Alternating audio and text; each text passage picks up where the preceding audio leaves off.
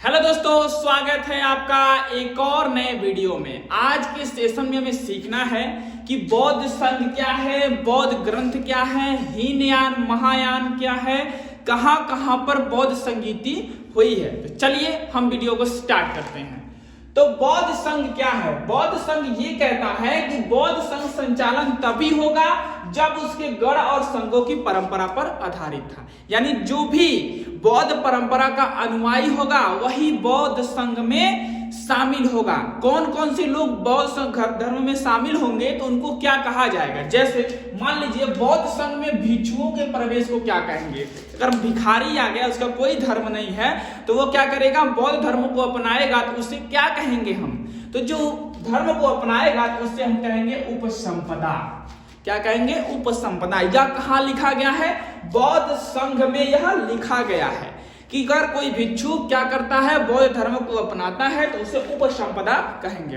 अगला, अगर गृहस्थ जीवन में रह रहा है, गृहस्थ जीवन को संचालित कर रहा है और बौद्ध धर्म को मान रहा है, तो उसे हम क्या कहेंगे? बौद्ध धर्म का उपासक। क्या कहेंगे?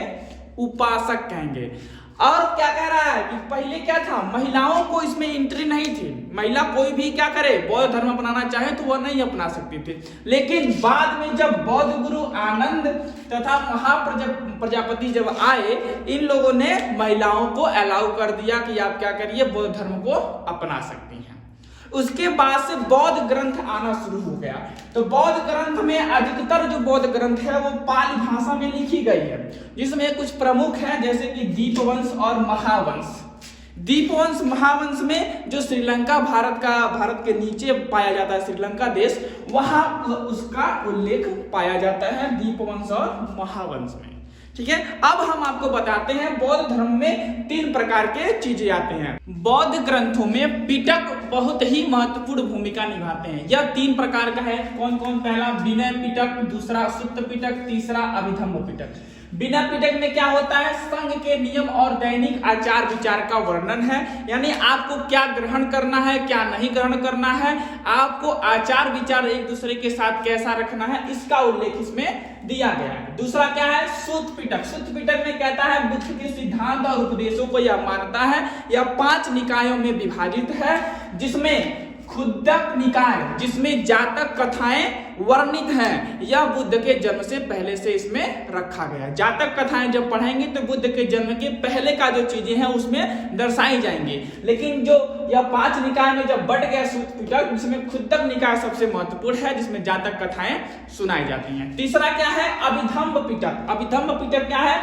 जिसमें बौद्ध धर्म के सारे प्रश्नों का क्रम दिया है कि बौद्ध धर्म में क्या है, क्या नहीं है, सारे प्रश्नों का क्रम दिया है। और इसमें दार्शनिक सिद्धांतों का संग्रह कहा जाता है, जिसमें जितने भी सिद्धांत बौद्ध ने दिए हैं सारे के सारे अभिधम्म पिटक में उसको जोड़ के रख दिया गया है। इसके बाद से आता है कि कहां कहां पर बौद्ध संगीति हुई है।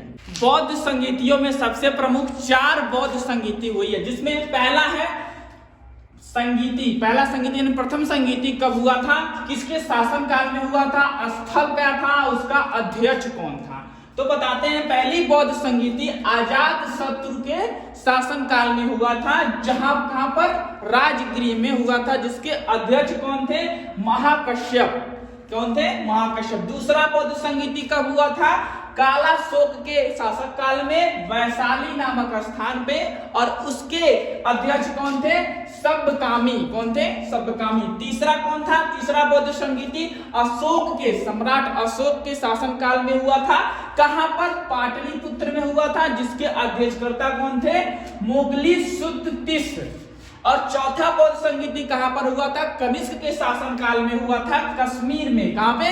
कश्मीर में हुआ था, जिसके अध्यक्ष कौन थे? वसुमित्र। कौन था? वसुमित्र। बौद्ध संप्रदाय आगे चल के 2 भागों में बट गया। जिस प्रकार से धर्मों में कई प्रकार का धर्म अपने आप पैदा हो जाता है, उसी प्रकार से बौद्ध धर्मी आगे चल के 2 भागों में बट गया।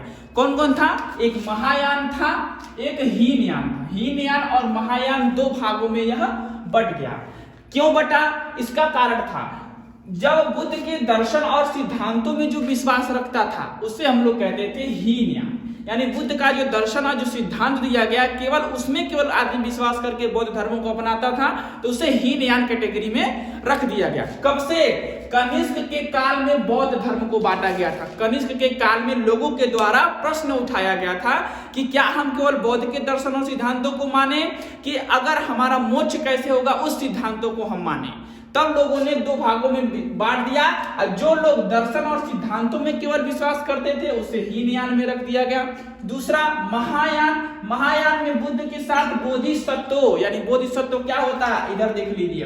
बोधिसत्व क्या करते थे, निर्माण प्राप्ति में एक दूसरे की सहायता करते थे, यानी आपको मोक्ष कैसे दिया जाएगा, महापरिनिर्वाण कैसे होगा आपका, उसमें वो सहायता करते थे।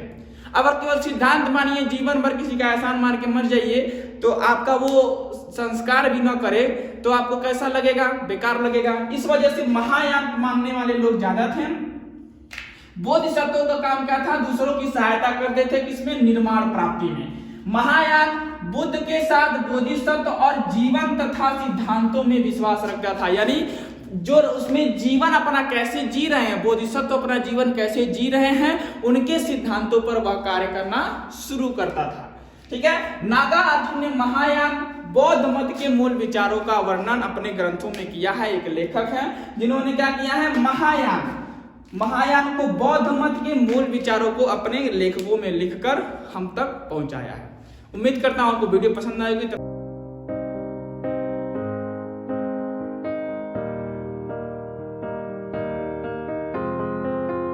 I will run, I will